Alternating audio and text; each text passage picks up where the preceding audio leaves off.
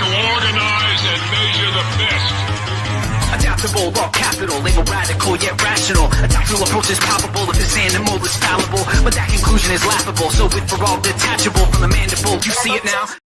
All right, welcome everybody to the 198th episode of the World Blockchain Roundtable. Sorry we're running a little late. We were waiting for the chance to be graced with the presence of either Sean or Lee, and neither of them have showed up yet. But either way, maybe they'll pop in. Maybe I don't know if they care about us anymore. But, I'm joking. Anyway, guests for today are our panelists, hosts. Panelists or hosts? What do you guys prefer? Panelists. Panelists for today. Makes it sound official, like we actually know what we're talking about. Very, very good. I am the emperor of Den.social and all social media. Okay, Sean's not here. Greg from Rivet is here. So you weren't here last week, right? Because you were in East Denver. So that was probably a we missed you. Show. Yeah, that was really more where we were on the drive's fault than the fact that I was on the road. That's cool. Yeah, That's cool. Western Kansas, Eastern Colorado, nightmare for some. Now nighttime is nice. There's lots of stars. Cornfields. If you stop to watch the stars, it gets kind of creepy, but it's awesome out there. There's lots of stars. Yeah, it is. It is. I do like hanging with the children of the corn. Yes. Yep. That's my homeland out there. A little right further south than you were, but still, it's out there. My homeland. Dodge City. Yeah. Yep. Dodge City. I've been out there a lot. Waukene. So. Oh yeah, Waukene. So there you go. Right on. Yep. Also Zach and Andrew from the Legacy Right.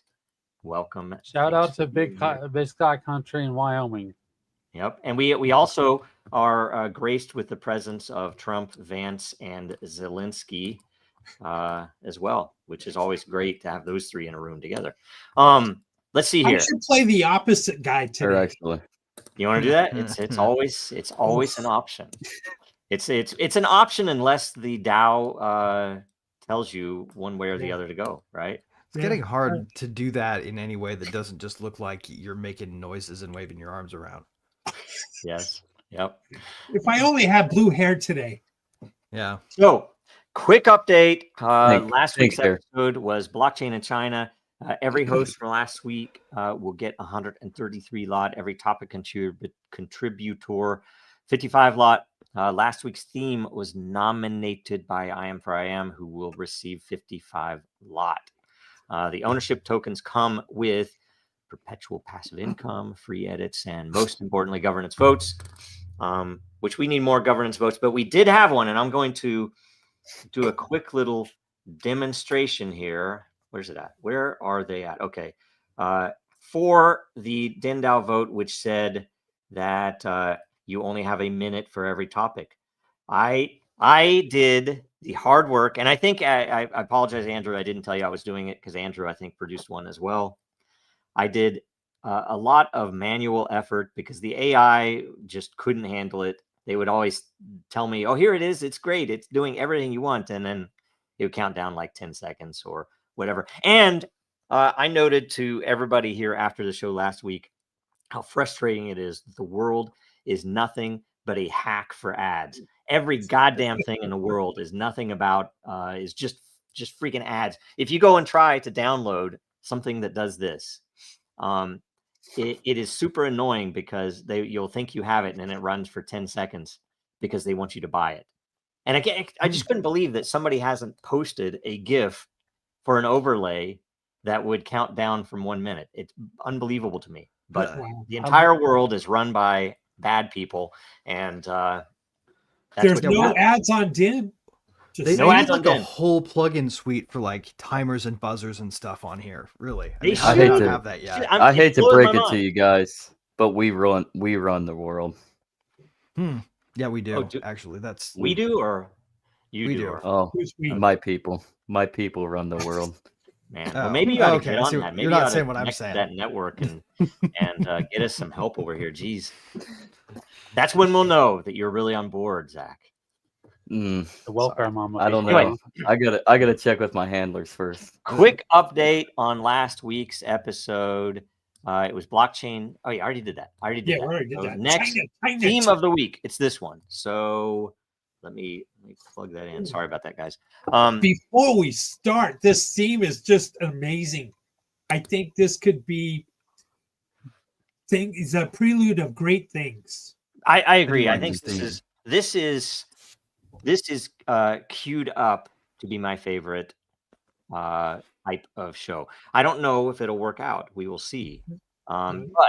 I actively set myself into idea mode this morning. Opposite guy would be really hard on this one. I know exactly. That's what I was thinking. Yeah.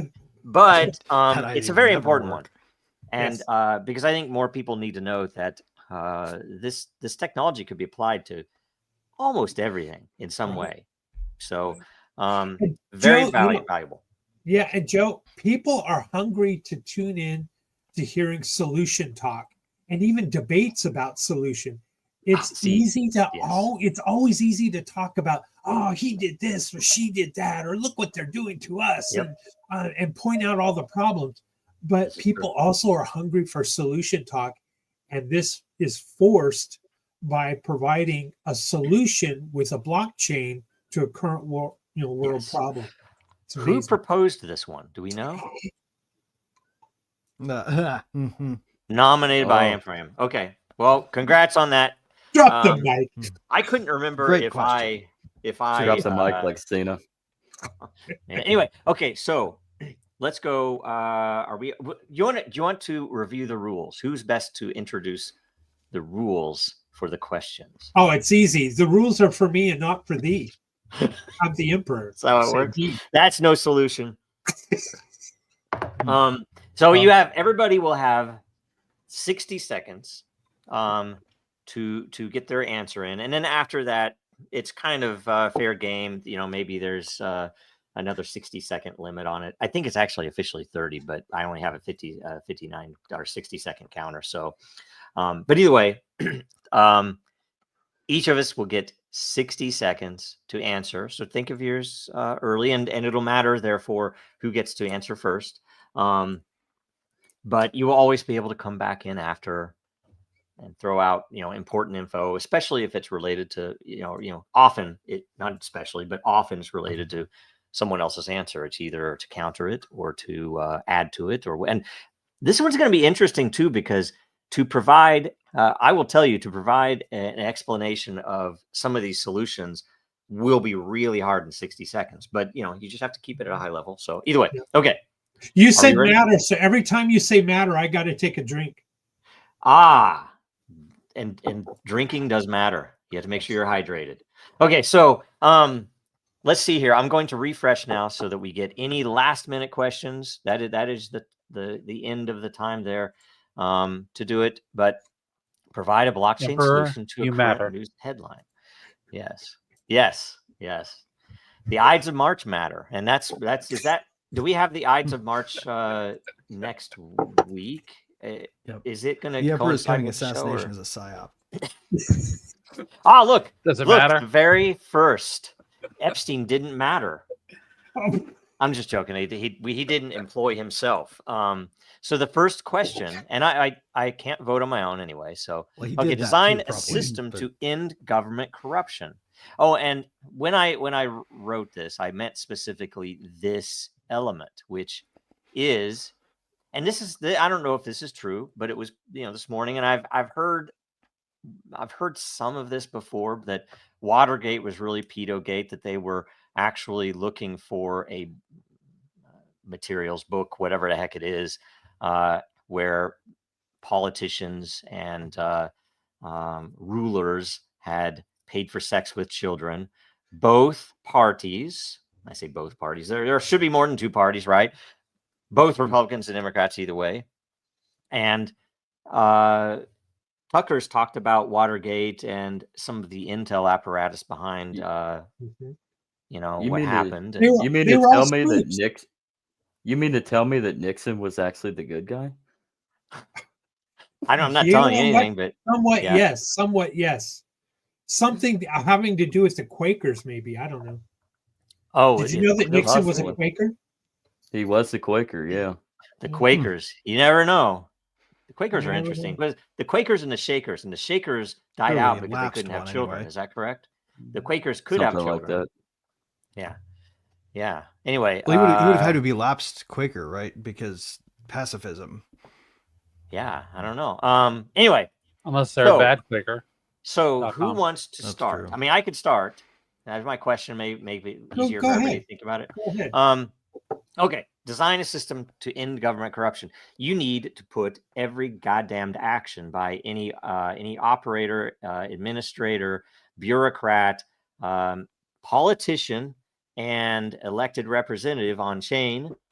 You need to make it public. Some things obviously could have a time span before they become public, but the thing is, those would be controlled by smart contracts. So you wouldn't have this BS of Israel being behind the JFK assassination and 9/11 and Epstein not coming out because it would be programmed to come out. So guess what? Anything you do is going to come out. So don't do any bad shit, right?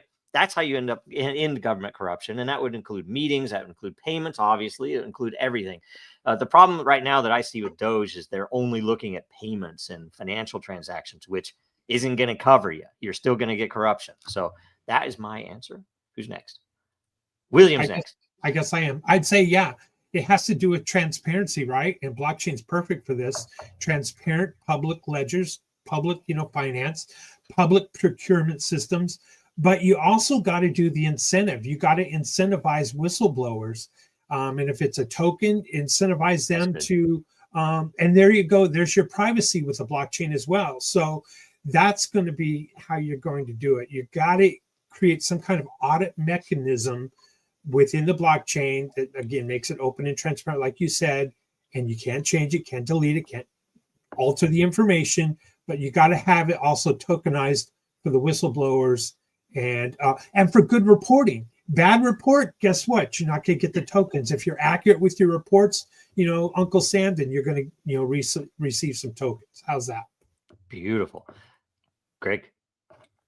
All right, so first principles. The cause of all corruption is the fact that in order to get elected to office in this country, you have to pay a lot of money. It's the only way. The escalation is year over year insane.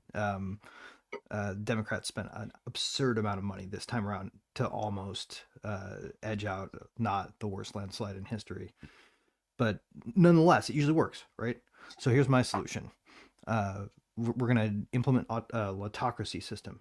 Randomly select people using a blockchain mechanism to be appointed to office for a very limited period. Just enough time to do a little bit of stuff, but not very much. Give everybody a turn at the tiller. Get rid of the election process altogether. Replace it with better democracy. Corruption solved. Love it. Love it. Zach? There's too much money in politics. That's exactly it. Politics is nothing without money. So what's great about the blockchain is it de-incentivizes the element of greed, because then it gives everybody a choice in the matter of competing. So it starts with removing the money. I'm going to yield the rest of my time. Just remove the money from politics. Become more agoristic. So I yield it to Andrew for a minute and a half. That didn't work, Andrew. Oh, damn. Hoppa talks about how there is an efficiency with small states, and if you have these big states that over deliver because they have, like Zach says, too much money, you need competing small states who are continuously fracturing and getting smaller and more lean. Delivering based on what people's biases are and needs. So it's a matter of competition, and there is a shelf life to different types of governments. Very good, very good. Good question. Good answers. I do have one thing to add. Okay, go ahead. You go first. I got behind me is the umbrella promise, and that kind of goes to what Greg was talking and Zach and everybody about getting the money out of campaigns. And that's what the idea of the umbrella promise is having, call it voting clubs at your local level, and registered voters use a DAO to vote on legislation, and then the politician must vote per the DAO or per their constituents, and therefore they can't be bribed, influenced, manipulated by lobbyists and special interests. I agree. And the one thing I would add is unintended consequences, good and bad, should be also considered whenever you're building things. And some of the unintended consequences are, well, one thing you would attract generally better people who aren't typically doing bad things. Would be more likely to go into government, whereas the other ones who now are more typically likely to go into government, the ones who do bad things. But one of the other, probably the most important one in my mind, is history. That all of these things, we had 9/11, we had JFK, we had the Fed, we had all these things that happened in history, and we don't have record of it that we can actually trust. World War II, we don't have record of it that we can actually trust. So it would greatly improve history and the study of history, and therefore governance itself. So anyway, awesome. Anybody else? One last thought to add. So in 30 seconds, you can't add in some details, but everybody's going to throw some things at autocracy like, well, what about unqualified people? What about people who don't want to do it? Okay. These are all soluble. You have a basic competency test to add yourself to the pool of willing elected officials. Simple enough. We all agree on the test. We put it on chain. Boom. Second thing, committees. Those should also be autocratically appointed. That is another point for corruption. And so we need to change the way those work as well. So we need some access to internal procedure, and probably a hybrid blockchain solution would be best. Yeah. Well, and I'll tell you something interesting about that too. Like Rome, almost all of their positions for most of the Republican Empire were 1 year elections. So you would have to go in, you'd be elected, and that was it. And it was extremely odd, and some figures did do this, to be elected more than once to consul, for example, right? So some of that would be helpful too, even if some people would say, oh, it would be inefficient. They need to, by the way, do that with the bureaucrats as well. The bureaucrats need a term limit as well. If you go to work for government, it's not a forever job. You aren't going to be able to retire there, even if you steal money. None of that shit would happen anymore. You would have really organizing labor against the government is the same thing as organizing labor against the American people. Yep. Well, that's where we're at. Like, we need to get back to the idea of merit. I mean, honor. Meritocracy is a lot better. Yeah, honor. Like, in order to actually hold in esteem and honor, you have to be able to prove yourself. And if you don't have merit in whatever you're doing, then get the fuck out of here. Like, it's time to go fuck yourself and go find something else to do. See, that's the quote. Really. We need a Zach, when Zach's little thing comes. Oh yeah, we need one of his It's things. Time to go fuck yourself, dude. Yeah, just retire to the commentary class early, man. You've got yourself a career ready made. Come on. Okay. Can I make one other real quick comment? Sure. Greg's point about having it kind of like someone just plucked from the masses and put in a power position is like our jury pools, right? Peer, tried by a jury with your peer, and I think it has, there you go, some merit to it. It is also scary because you never know who is going to get plucked. Well, but think about it. Can you imagine getting it's becoming less scary over time, because we've essentially become a American Idol election process, right? Right. The popularity contest draws the worst sort of rulers. Yes, it does.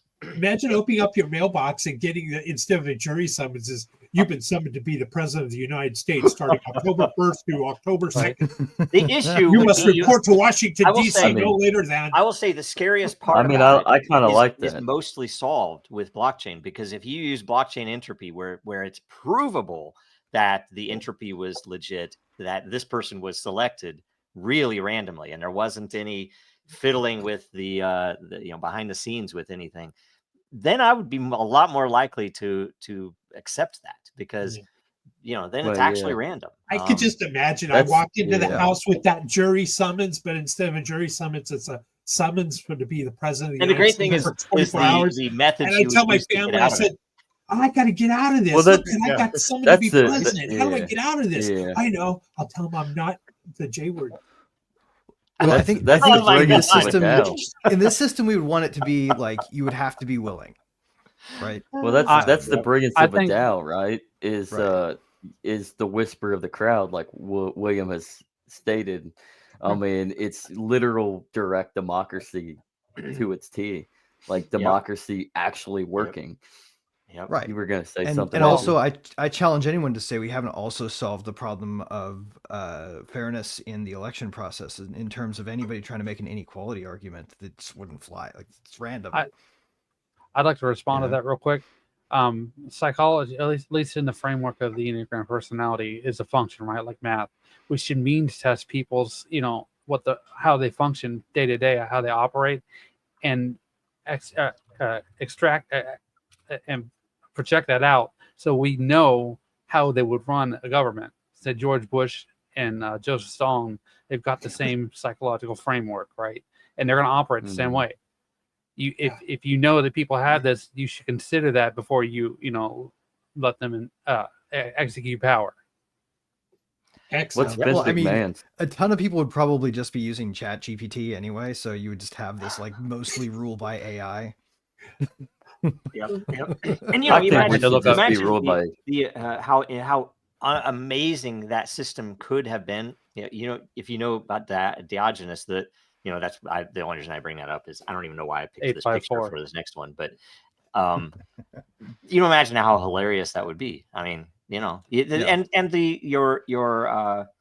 your infrastructure would have to be strong to maintain it, but I think it probably would be stronger than what we have right now with the corruption. Something else to add, I don't know what you guys think about this. The difference between a democracy as we know it, which is kind of BS because it's more of an aristocracy, I would say, what we live in right now, or oligarchy, man. Oligarchy.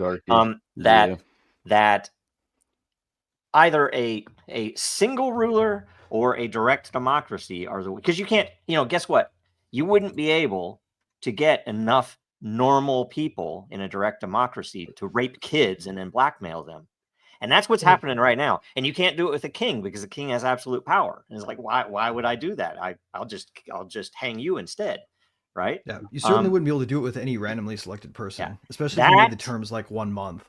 And if you read a lot of the publications in Europe from the late 1800s, right?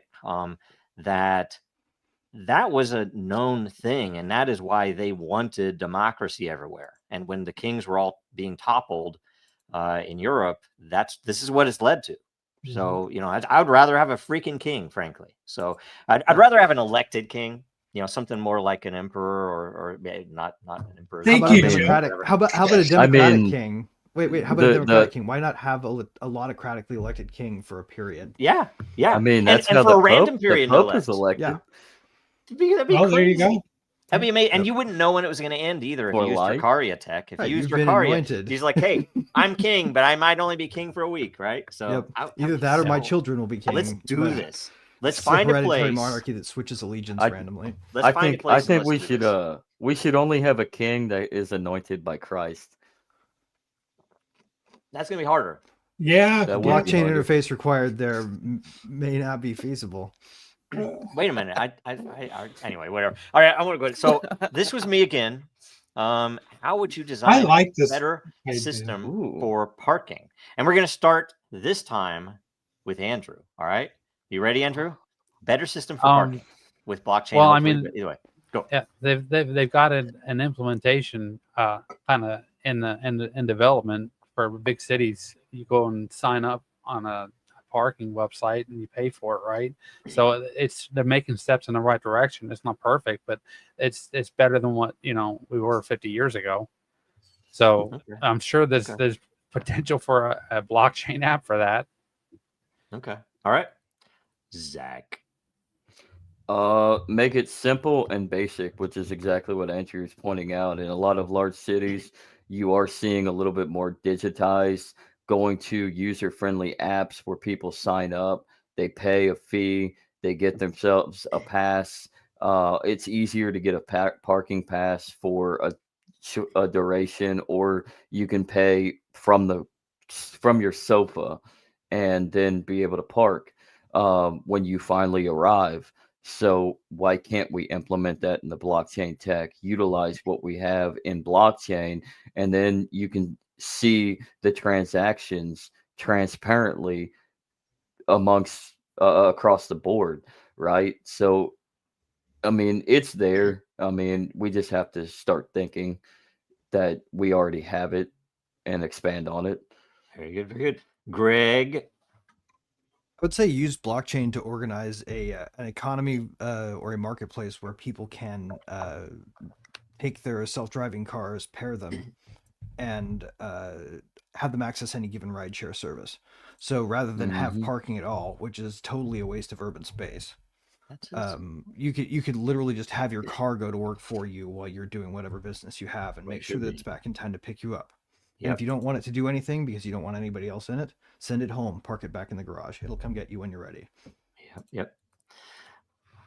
All right, William.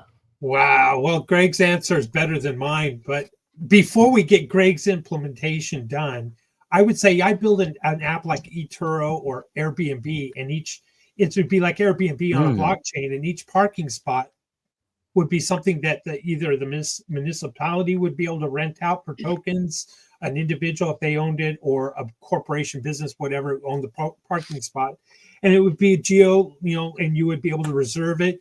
There'd be a reputation system as part of the enforcement, like, hey, you overstayed over and over and over, don't rent to this person, just like an Airbnb, hey, don't rent your house out to this person because they thrashed it. And so that would be kind of the enforcement. You could also tokenize incentives for people walking up and down the street and saying, ooh, this car's been here too long, give me some reward. And that's how I would do it. Smart contracts, blockchain. Wow. Okay, and I'm going to cheat a little bit and combine a couple of these answers. And Agent Smith meter maid. I designed one way back, early Dragon Chain, that we were thinking about, talking to various municipalities about. It's always the same. They'll ask you, hey, what can we do with blockchain? And when you tell them, they're like, oh, I don't know. Politics don't work. But either way, that similar. I wouldn't do it like Airbnb so much, or Airbnb is so much as just, make certain, the market would decide. Rockstar parking would be more expensive, and if the Rockstar parking in front of the most popular restaurant is going to be the most expensive. And guess what? You can pay it or you can not, and it's kind of up to you. And once somebody's there, if they stay over, then they maybe, it goes up in price. But combine that with Greg's, totally these self-driving cars would be reducing that market price. I fit it in 60 seconds. So it's pretty good. Nice. So anyway, I was going to say, you know what? You need IoT devices, because when the car vehicle takes over that spot, it's going to register that the spot's taken. Like, I'll give you a good example too. When I was at the Austin airport driving through the parking garage, it was like you're going up aisle after aisle looking for a spot. The San Antonio parking garage is cool because it's got red and green lights. So you're looking down the aisle, and as soon as you see a green light, a spot's open. You go down to the aisle and pop into that spot. It's great. You actually with self-driving cars too. I mean, the cameras could just read a QR code and report where they are. Right. I mean, it'd be very low. You wouldn't even need power for it. Right. So, well, I mean, and you could start to redesign cities around the idea that you don't need parking spaces. Which is when you really start to get into some of the magic. Like, who wouldn't love to just take every parking garage and install a freaking atrium? That would be way better. Either that, or you just say go fuck yourself and park wherever you feel like it. Yeah, and not pay. I do it all the time. I'm hopeful because the funny thing is I didn't read anything about it. I only saw a video where. And I guess I saw someone reviewing it where they have those Tesla taxis where there's not even a steering wheel. You just get in the car and it, will go where it's supposed to go. Or I guess you tell it where to go, but there's no way. Jolly cab. And those things would be cool. And I'm hopeful because right now, my Tesla, it has self-driving, but it will complain. It used to complain if you didn't hold the wheel and you'd have to kind of move the wheel slightly so it knew you were paying attention. But now it watches your eyeballs. And so if you aren't watching the road, it'll say, hey, pay attention. And it'll turn red and stuff. And it goes back to wheel mode if you put sunglasses on, though. See, this is a useful hack I need to try. But anyway, I'm kind of wondering that. And Greg and I have been talking for a while about creating a podcast where we go and we pick up someone, and then we have an interview for the trip to wherever we're going for lunch or something, and then we go drop them off, and that's the end of the show. And the whole thing is self-driving. And a take on laissez-faire. I want to call it hands-free, right? Hands-free podcast or something like that. But either way, we will be doing that. What is this? Centralized. Yes. See, there you go. Well, totally okay, but consider this. Suppose a random king is autocratically selected once every month for a term of 1 month from everyone. Then you've got yourself a situation where an absolute monarchy is being used by a collective. Yep. And yeah, anyway, there's some good stuff. Blockchain itself, decentralization, like say if it's a hybrid environment, you don't have to decentralize everything. In fact, you might not want to. So, what's really important is decentralization of the proof that the thing happened. Who is John Galt, by the way? Master of Puppets. But all right, you guys ready for next? Sure. Here we go. And I guess I am starting this one. So I am for I am posts. Oh, here, let me go ahead and vote. I vote up all the questions. Before you do, I gotta let the audience know that I got 3 thermoses full of coffee here. And so every time someone says matter, I'm gonna have to take a dose of caffeine. Matter. I want to see someone in the chat also encourage my caffeine. Epstein matters. We ought to assign a different drink to every panelist and apply some rule that they have to follow. So some people might have Irish coffee. If Lee's on, he'll have Scotch. I don't know what Sean. For that drinks. We would need like rule roll-ups based on voice votes of the panel.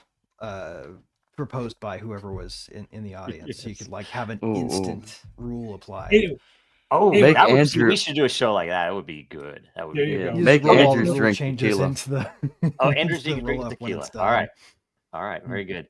Social matter. There you go. You're going to become an alcoholic. Question, Andrew. And I'll start this one. Right. I mean, I've not read the question yet, but I'm ready with the counter here. How could blockchain preserve, protect, and release the Jeffrey Epstein files?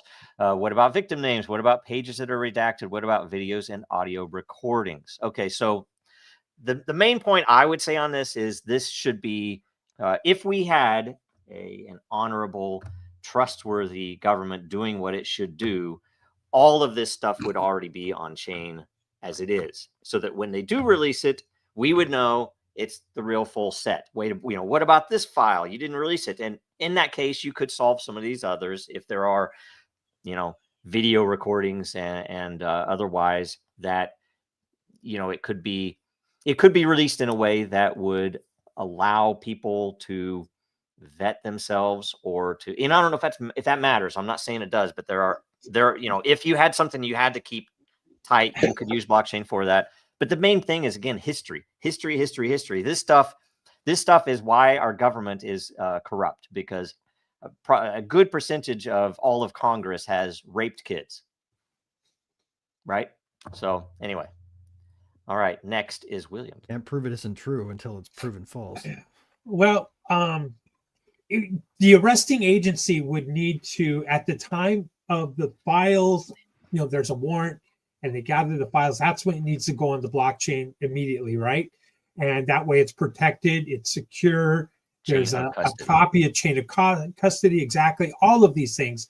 And so it needs to happen at that moment in time. Then it's a matter of releasing information. And maybe you might have certain information that would be, let's say, a layer 1, layer 2, maybe one's private or redacted or something like that, kind of a duplicate copy on the blockchain. So when it came out like something that was not safe for work, which I'm sure a lot of this information is, who knows where all those recordings went, because we know he had cameras galore and recordings of this information, needs to be on the blockchain at the beginning. That's when it matters most. Yep. Greg. 2 solutions. One, just real quick explanation. There's this neat little property of every single file that ever goes into a computer. You can hash it and get a value back that guarantees that if you ever see a file that's pretending to be that one and it's just a little different, that it won't hash the same. So you can tell if it's been altered. That needs to happen to every file that goes into every evidence system, and everything needs to be a file that goes into every evidence system. You put that on chain, and then you lock in specific rules about how evidence may be handled. And you've got yourself a guaranteed way to know that every document's accounted for, that has been in fact accounted for. Can't get on the ground corruption. That's what body cams are for. Absolutely. I got to put this up. I'm just because I thought I'd share that. Oh, I'll start your counter over, right, Zach? What am I talking about? Oh, how can a blockchain preserve, protect, and release the Jeffrey Epstein files? Transparency. Transparency is like the key word, because I mean, you have a symptom, you have a system that is based around coordination through the code.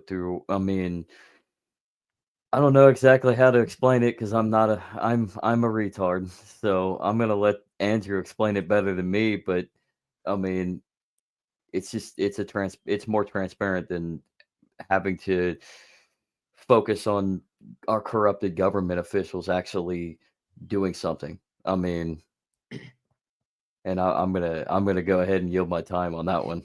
So, all right, Andrew. I'm sharing the screen real quick. If you can throw it up there. Let me see. Oh, even better, actually. I get this is from Vices Are Not Crimes, Vindication of Moral Liberty. They're talking, and I'll just go ahead. It is now obvious from the reasons already given. This is within the text. The government would be utterly impractical if it were to take cognizance of vices and punish them as crimes. Even human beings or every human being has his or her vices. And all men have a great many, and that they are all kinds of physical, psychological, mental, emotional, religious, social, commercial, industrial, economic, etc., etc. If governments to take cognizance of any of these vices and punish them as crimes, and to be consistent, it must take cognizance of all and punish all impartially. The consequences would be that everyone would be in prison for his or her vices. There would be no one left outside the door to lock upon those within. In fact, time. It's all good. Well, it's right there. It's all good. Can you cite that reference? What is that? I didn't hear this. Who is this? I'm sorry. This is Lysander Spooner and his work. Vices Are Not Crimes: A Vindication of Moral Liberty. It's a very short section within the work. Yep. Not to defend what we're talking about, but that's just this is just no, it makes sense. A restatement of de minimis non curat lex. We don't arrest assholes. The notion that people are vicious against themselves, let them be. Effectively. You can't stop depravity. You can't stop debauchery. People are going to do what they're going to do. You don't have any control. The only thing you have is control over yourself. And I think that's effectively what the blockchain gives us. It gives us the symbolism that I only have the authority over me. So I can reflect that in myself in the blockchain by choosing to differentiate away from the immoral-esque ideas that I see as unfit for my culture, my atmosphere. Right, it's a right of exit that applies to everybody. Mm-hmm. I have three things to add. One is very simple and very organic, and that's rope.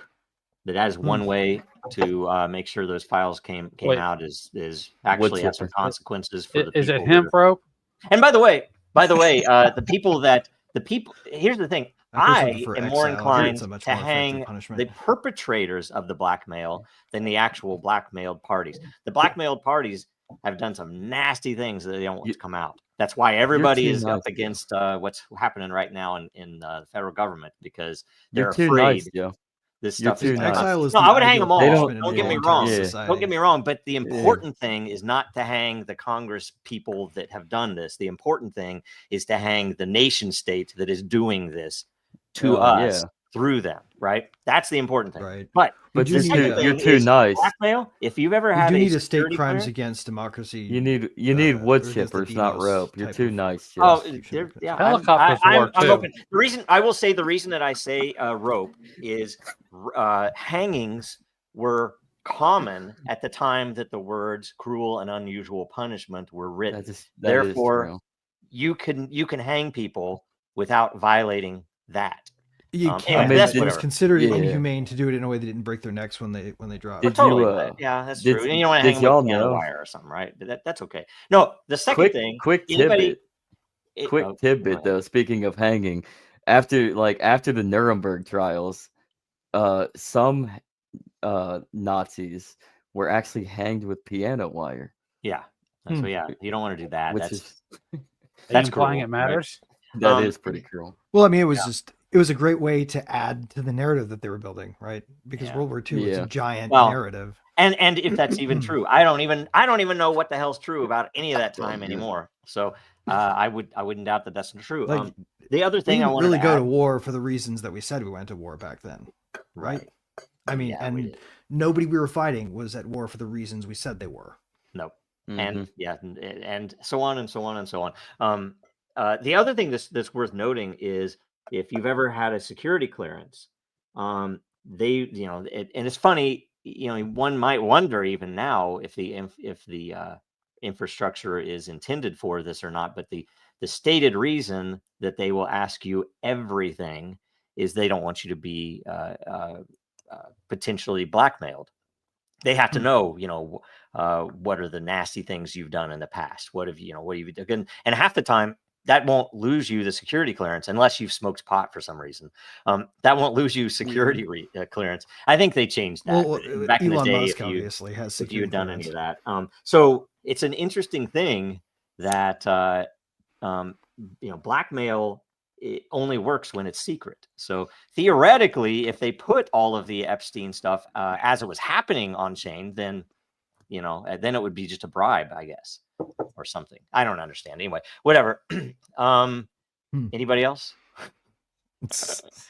Man, I can probably answer all my questions in the next 15 seconds. I don't need a full minute because I got so much caffeine in my blood. Right on. Stop war. Blockchain peace. This is I am for I am. Let me go vote real quick here. Let me vote. And is it my turn to go first, or am I going last? I think you go first this time, right? Yeah, Or you got to this put it was up on the yours. screen there too I for lost everybody.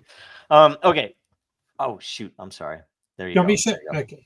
Forget about peace through strength. How about peace through blockchain? I totally agree. Question: how can blockchain bring peace to Gaza, Ukraine, and elsewhere? I think a lot of it's historical. Put the stuff on chain.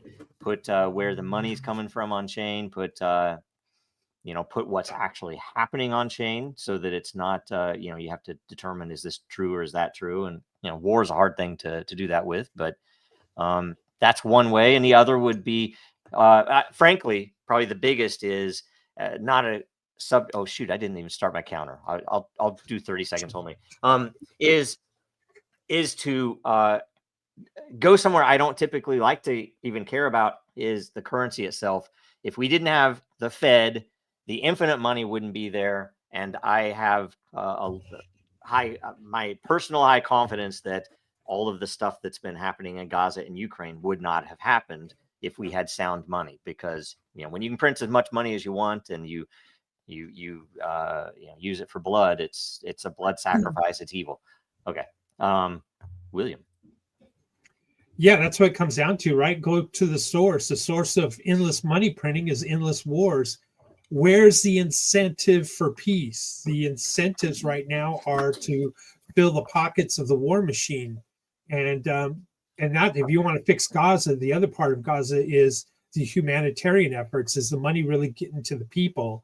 Blockchain could help that by being able to track it, make it transparent, that Hamas isn't taking their cut before the people, or a government isn't taking their cut before it even lands over in Gaza. So that's where the tracking. But yeah, you're right, Joe. It really comes down to the war machine and separating money from government and endless printing. When people feel it, they won't vote for it, or they won't allow it to be spent that way.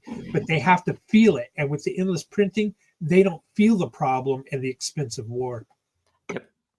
Greg. So, really straightforward way to do this. One neat thing about war is, as Julian Assange said, the truth can bring it to a halt. One lie can start one truth can end one. If we have access to a way to verify what people are saying about the war, how money's being spent, especially. You heard recently Doge talk about PAM, the system that pays out, and how they weren't even putting explanation codes in. Well, how about PAM on chain, explanation codes mandatory, and we're going to incentivize public snitches on people not conforming to the payment strategy and constantly be rewarding people for watchdogging what's actually being spent. That'll end the fucking wars. I love it. All right, Zach. Another thing that blockchain can do is it gives regular people, the victims of these wars, a chance to afford things themselves. If they they have another form of competing currencies that they can outsource away from governments. They don't necessarily have to wait for that food drop parachute every day.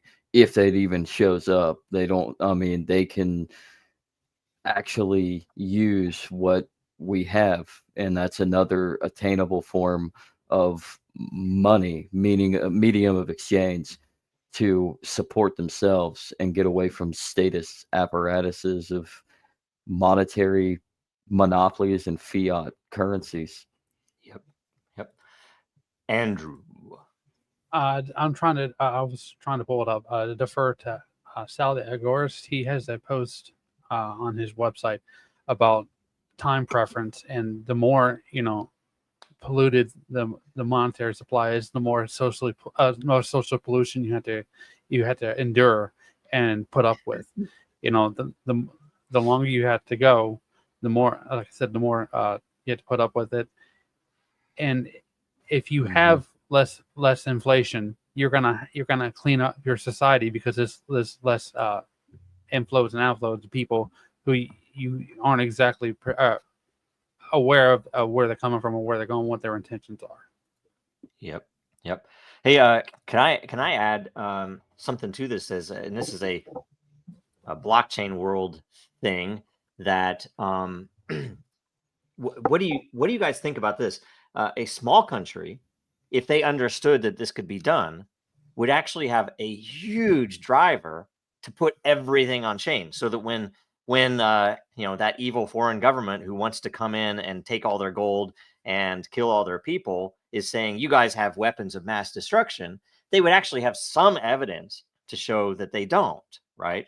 And proving a negative is hard, but you'd be able to prove, it's like, show us where in the world we could have done that. You can see everything that we do in our entire country on chain, and prove that we aren't. And you imagine what kind of an effect that would have when, because it's all, if you remember the Iraq stuff, it's all BS what they did, and it was all propaganda. And back then it was just cable channels. The internet was here, but it wasn't like it is now. So anyway, organized militaries should probably also have their enlistment on chain, and this should be a requirement for any modern military that we consider just, because if you were doing what Zelensky was doing, for instance, and just pulling unwilling people off the street while they're walking their dog, right? That's sickening. That would have to go into your rules. Otherwise, you've got an off the books force. You're not playing by what the rules of this game are, and we are going to suspect you of conscription, which is really just fucking slavery for the worst job in the world. Yep. What they call it? They used to call it pressing. Is that right? Where they would go into the British Navy would go into the bars. Impressment was more of a naval drag thing. them off. Yep. Yeah. That's pretty similar. That's what they're doing in Ukraine right now. That's what they're doing in Ukraine. Crew numbers were hard to come by, right? Like, you needed somebody to do one specific thing on your ship, and that person died in the fight. Of course, you're gonna, take the other guys. Yep. Well, that's also an American, the impressment thing, like with War of 1812. Yep. Talk about propaganda. I mean, not to say that the British weren't doing it, but most of the time the British weren't stupid either. They had intelligence all over the place, and they knew that most of the guys that the issue was stopping American ships. I mean, but they were looking for particular deserters that got off the harbors in the United States. Eventually, it led to maybe a few Americans here and there ended up getting forced into the British Navy, but at the same time, that was more American propaganda to give us a reason to invade Canada. I wasn't talking about the American pressing. I was talking about what they did in their own country, their own people. Yep. Yeah. So, but practice has been around for as long as there's been slavery. So all of human history. Yeah. I'd like to add another item of this conversation about Gaza and war is that, I like to kind of stress the point. If you had a cryptocurrency that was really the government had to use that and it was a third party, then you would obviously you would see the people having a choice. Do I want to fund the war or do I not want to fund the war because they're feeling it directly?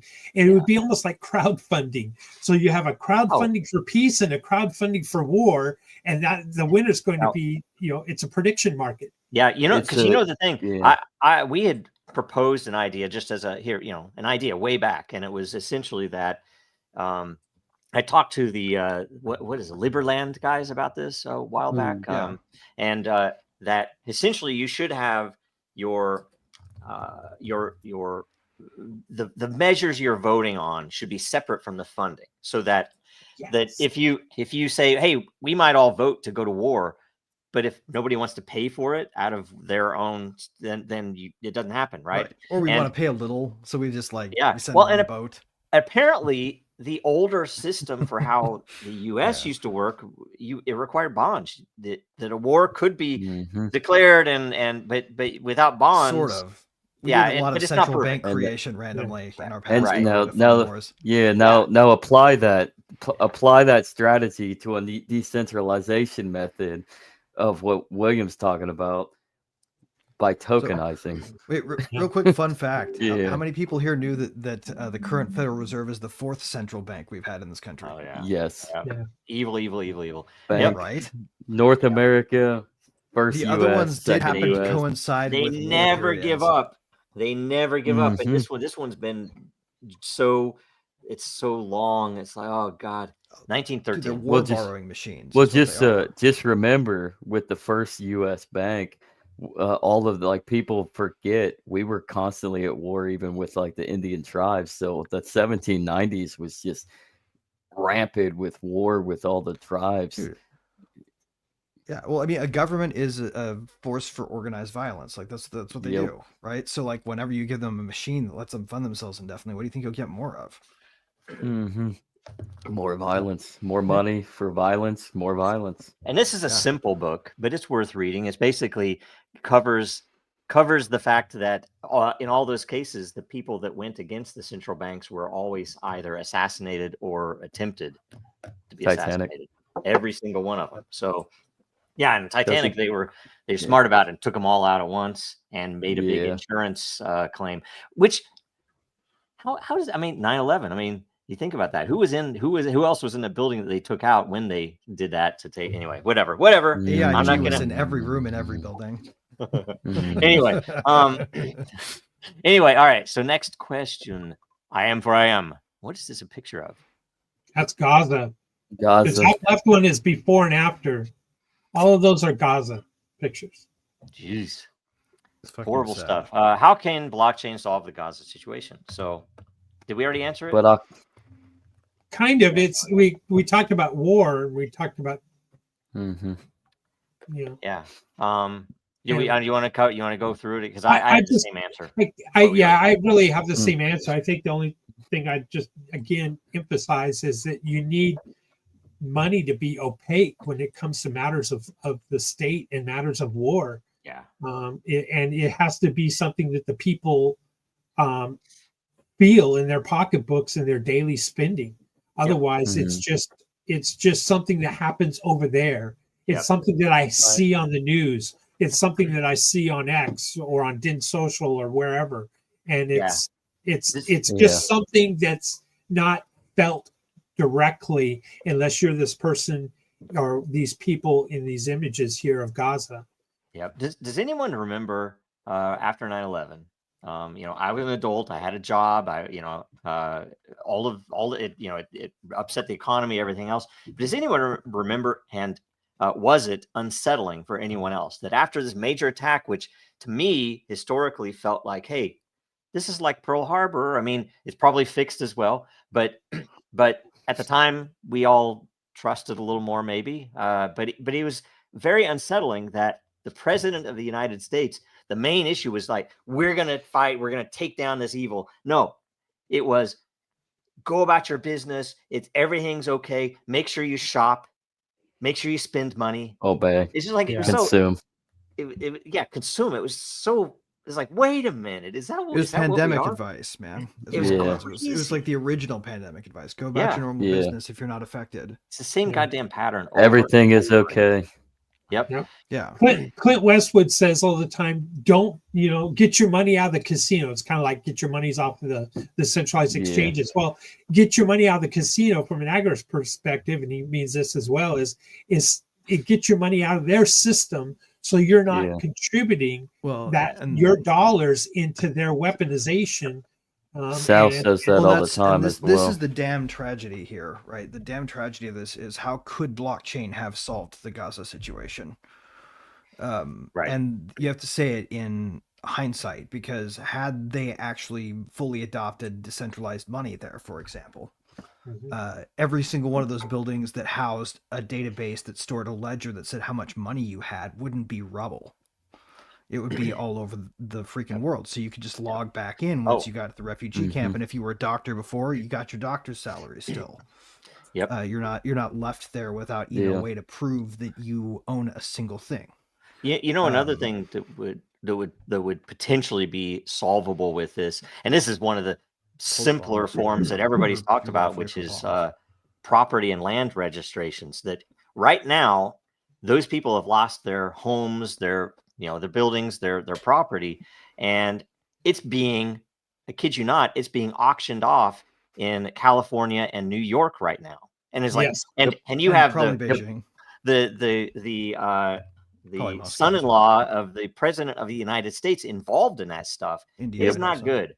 That's like premier top evil shit. We're going to kill them. We're going to take their land, and then we're going to auction it off as beachfront property.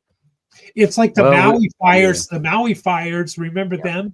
Is like let's use Maui fires as a test case and figure out how to work it. Now let's go bomb the shit out of Gaza and apply what we learned from Maui over here. And we're going to apply what we learned in those locations to Palisade. Yep. And if anybody doesn't know, Carolinas and Tennessee, it's the same damn thing. Yep, exactly. And the evil of it is, it's not just, we're going to kill off some people. It is that literally we're going to kill off entire families so they don't come back and claim it. And they're doing that over there. There are even, I can't remember, was it Project? I can't remember the name of the project. You guys might remember, but it is with Peter Thiel's, what's the name of his company, the Intel company? They actually have a couple of AI systems that Israel has been using. One of them is called Daddy's Home, where it actually was not taking a drone strike until the man went to his house because they knew that his kids and wife would be probabilistic there. Drone strike thing based on your SIM pin and your universal object or device identifier. If anybody doesn't think that's like, I don't know, depending on what you believe, if that's not Antichrist, if that's not the freaking most evil thing, it's crazy. That's Nakba, ethnic cleansing. Yep. The fucked up thing, guys, though, is like we all have an IMEI number in our devices. You're not allowed to log into a cell network if you don't. Yep. And they're hard to spoof for people who don't know what they're doing. And I wouldn't even recommend doing it, because if you do, you basically put yourself on a short list of people doing that. Yeah, it'd be a target then, yeah. Yeah, so imagine that we just go to drone-based policing. They start using those A9X low collateral damage.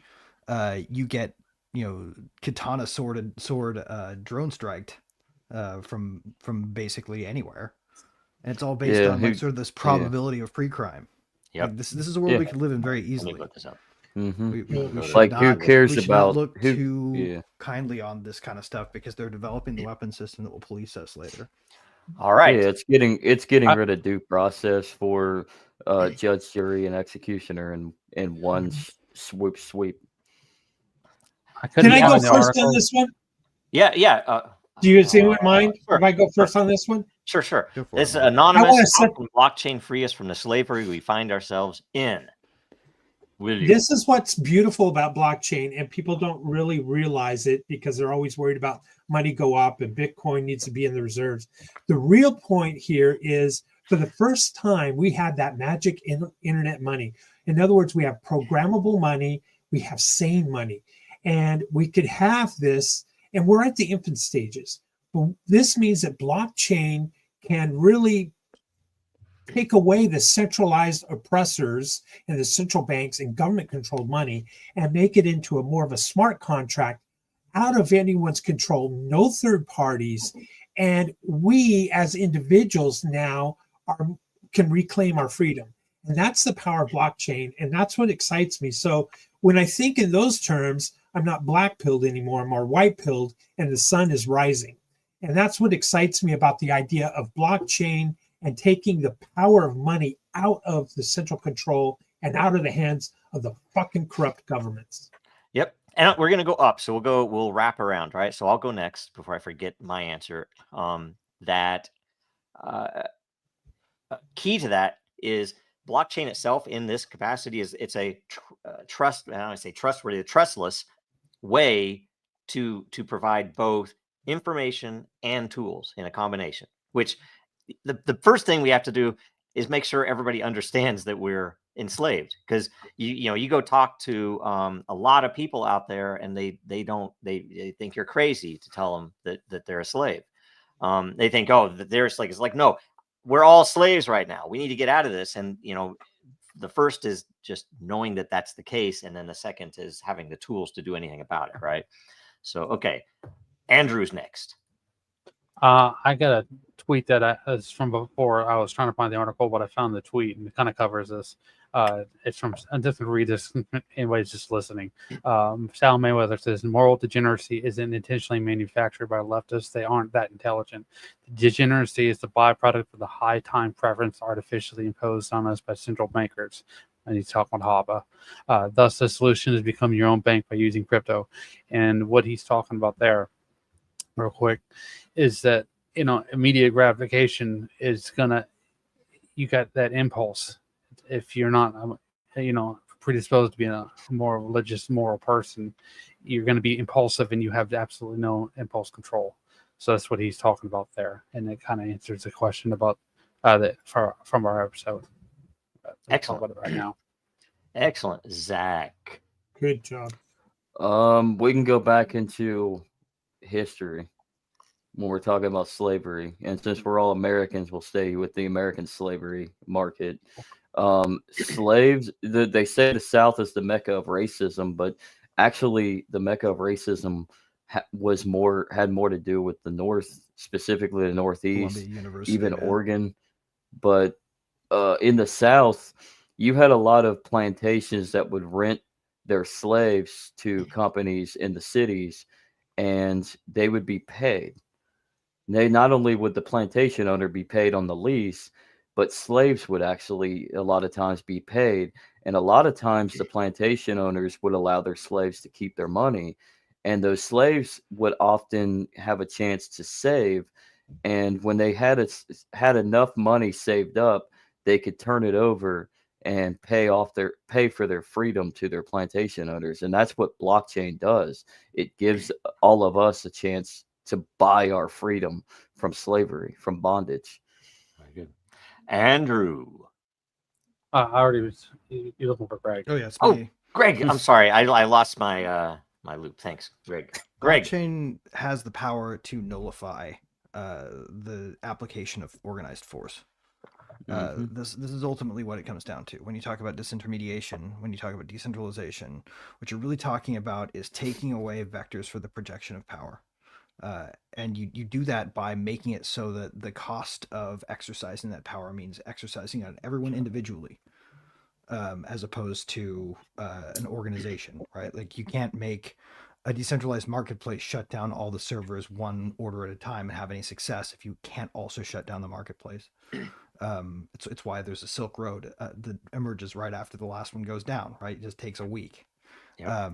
The market is unstoppable, and all it needs are systems to enable it. That's what blockchain does. That's true. And blockchain actually makes that fairer or more transparent, more real. That anybody can participate. You don't have to go through some hurdles that are hidden. I did have a question for Zach, but he's gone, related to the South and the North.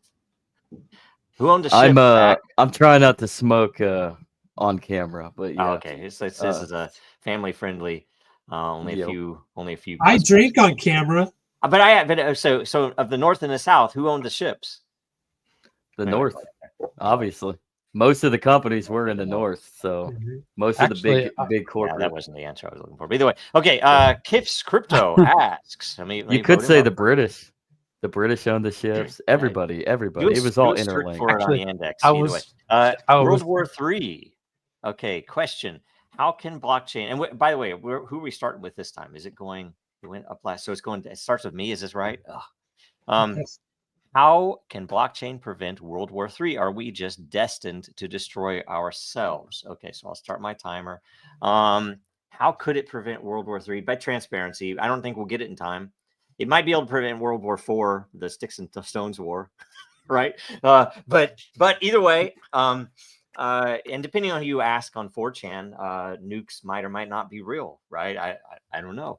But either way, transparency and a lot of these things we're talking about, if you could end corruption, if you could end infinite money, which blockchain can do, if you can put everything on chain, which blockchain can do, you could prevent the Epsteins of the world, or the people, the Israels of the world who control the Epsteins of the world, who can then control our government of the world, to cause those wars wouldn't happen. So in the end, you need to end the Fed, and you need to end corruption, and that's going to take a lot of rope and a lot of fortitude on the people. So on the part of the people. So anyway, next is William.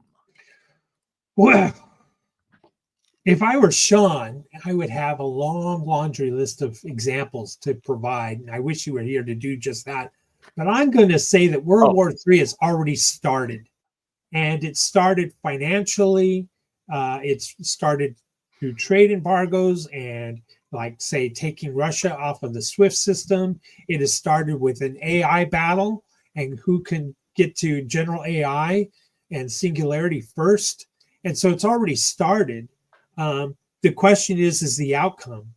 So I don't know if blockchain can prevent something that has already started. However, it could document everything that has taken place so that even if there is a winner, and we're not all eliminated off this planet, that the blockchain could preserve the history and the winner wouldn't have to be able to rewrite history. How's that? That's excellent. Greg. 3 perspectives. 1, World War III is an information war, in which case blockchain is a fortification. 2, World War III is a hot war with nukes. We better start putting nuclear disarmament on chain immediately, and that has to be done politically, country by country. This will be empowered by the fact that blockchains are unstoppable cross-border markets. We will care a lot more about our neighbors, and there really won't be much anybody can do to stop us from doing so. Third perspective. The war actually started a long time ago, and I would say that that's probably the right one. That it is an information war is true, and blockchain is a fortification. But as long as you can order, biological components necessary to convert your sneeze into a weapon that will destroy everybody, nukes are the least of our worries. Yep. Zach. There is no World War III. There is no World War II. There is no World War I. The World War, or the Great War, as it would be called when World War I erupted, goes back further during the consolidation period of Europe. That culminated with the Crimean War. Some could say that the American Civil War was a direct sequel to Crimea, for which Europe got involved to a certain extent. And it was between the North and the South. the North trying to perpetuate that European tradition, the South trying to keep that American standard, and we get to World War I with the rise of central banking. So World War III is just another theater.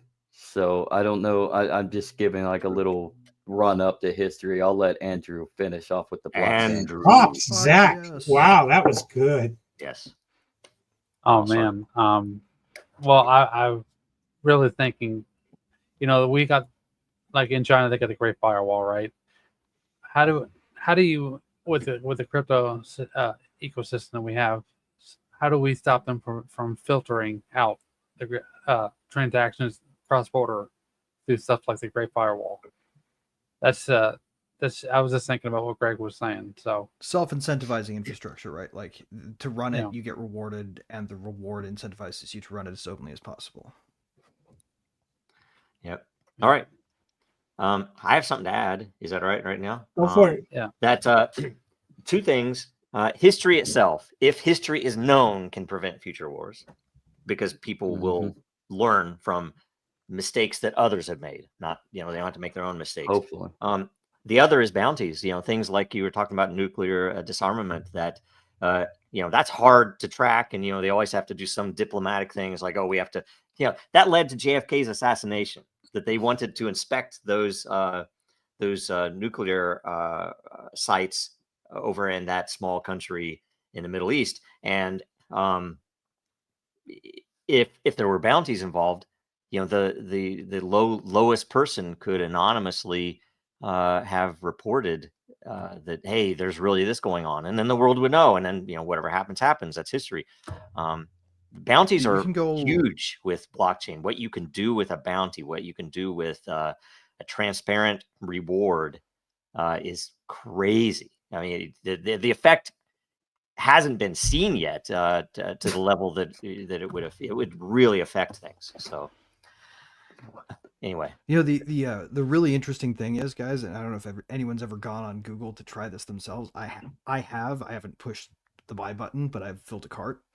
You can literally go order enzymes, protein chains, all the things that one might need to take a home CRISPR kit that you can buy for $150.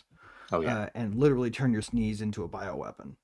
Oh yeah, it's the capability is there, and it literally would just take the will. I think the fact we have been there for a while too. By that already is kind of remarkable. And like, if you look at the way science is now, it incentivizes this behavior at scale. Yep, you can order chains of DNA to order. I mean, you can $15 usually. Yeah, it's like that sort of like a spoonful. It's like I've seen there was a guy who did not a genetic algorithm, but genetic programming to solve like the traveling salesman problem with DNA. That it's like a crazy fast result, and you get an answer that a computing system can't do, and it's super interesting that way. But I didn't even know that it was possible until that, and that was in the 90s. That's why we're all going to die cold. Yeah. I don't have the article on hand, but I remember seeing that they were talking about using DNA as like a storage medium, and they could have like thousands of terabytes. Yeah, DNA crystal storage is really dense. Yeah. Mm-hmm. Extremely. I blame the Mormons on this one. Well, and that's why if you read, I think if you go and you were to, I won't be able to remember the magnitude actually of this, but if you go grab a handful of dirt in your backyard, that there are trillions of base pair DNA. It's obviously it's one of the most effective ways to copy something out there. And well, anyway. And DNA, it encodes for proteins, right? It just shoots into a machine that outputs proteins when you. There are two different chemicals that can function as different base pair alternatives for all. Like you can just sub it in to the DNA strand and invent entirely new protein genes that way. Yep. So then, why do we have that we'll ultimately call it? We will ultimately call nanotech, right? We're working on Drexler assemblers with these things. Yeah. Why were so many biolabs in Ukraine then? Well, you can look up because of the minerals. You can look up FedBizOps and see that. You can those see were Soviet labs, Russian blood. Yeah, They those were only Soviet wanted labs. Russian blood, and it's like, why do you want Russian blood for this genetic biolab? It's like, wait a minute, guys. Emperor, does it Can I really answer matter? this? Yeah. Can I What's that? answer this one? Yes. Sure, go ahead. Yeah. I'll like The reason there's so many biolabs in Ukraine is because of the minerals. We're just there for the minerals. We're just there for. That's a good point. We are just there for. The You mean all the minerals. ones in the Donbass and the captured regions we're not getting back? Wow. Of course. Oh, look at this. Kiss Oh my crypto. gosh. Uh-oh. Oh, here, I'll take a look at Joe before tell you. me. God. I'm going to trust you. You tell me if I can click the button. Let me.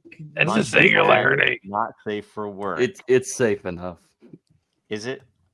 Anybody? Yeah. Do we have a vote? I haven't looked at it as your emperor. Here we go. All right, I'll wait.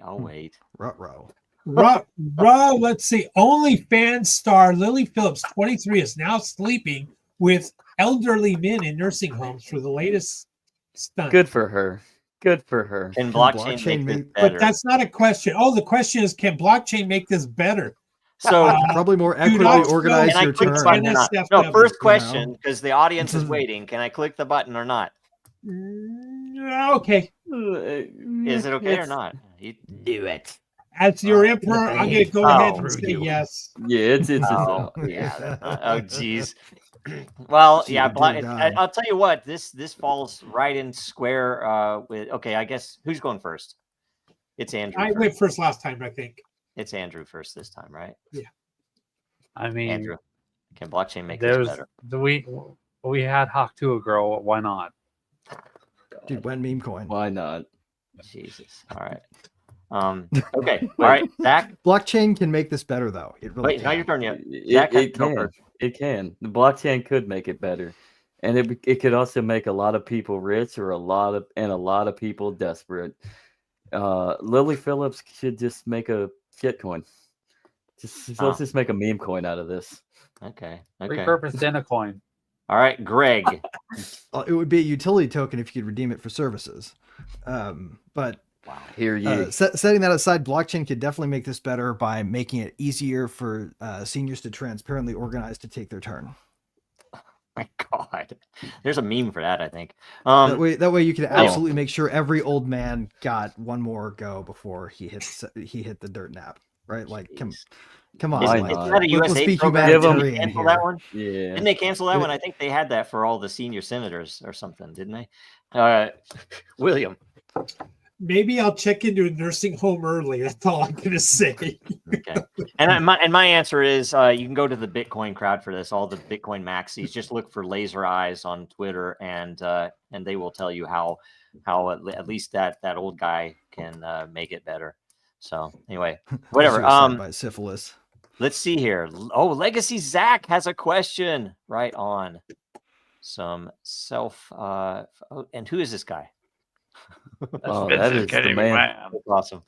We used to have somebody in the Telegram channel of Dragon Chain that would get pissed whenever I would post WWF memes, because I think especially what's his name? They're pretty funny. Isn't that Klaus Schwab's wardrobe guy? Yeah. Yes. Yeah. Okay. So what possibilities could there be with using blockchain technology to predict the outcomes of WWE? Would pro wrestling, I think you have to have a dash there for pro wrestling, news outlets and social media influencers be out of the job?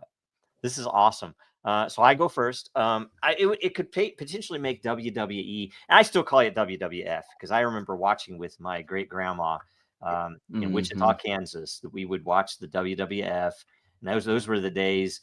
Rowdy Roddy Piper, and towards the end of my watching period was the ultimate warrior, right? Fan favorite, and the Hulk and all this, right? It would make it more real. Potentially they could use it for entropy to decide who wins, and that would be at least fairer for how they do things. But either way, WWF was cool, and I'm still upset that Lawfare gave us the WWE. If you know trademark is that you can't have the same name if you do the same thing. So if you have Wendy's hamburgers in Europe, you can't have the real Wendy's. If you can ask some friends about that, but you could have Wendy's. You could have Wendy's massage parlor. I ran out of time on this one. William. Oh my gosh, that's funny. Ran out of time on WWE. You know what? My answer is yes, we could, because you could put it on DIN where it's.